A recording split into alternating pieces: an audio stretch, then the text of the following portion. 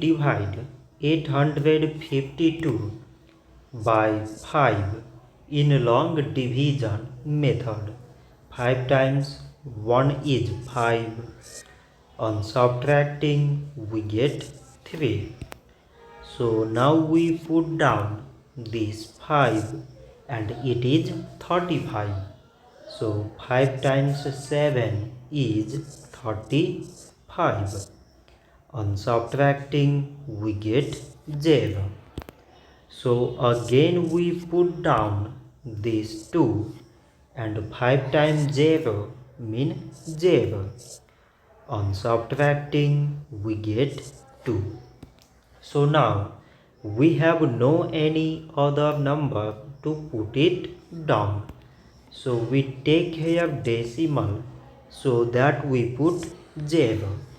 So it is 20 and 5 times 4 is 20. On subtracting we get 0. So 852 divided by 5 is 170 decimal 4. So this much for today and thanks for watching.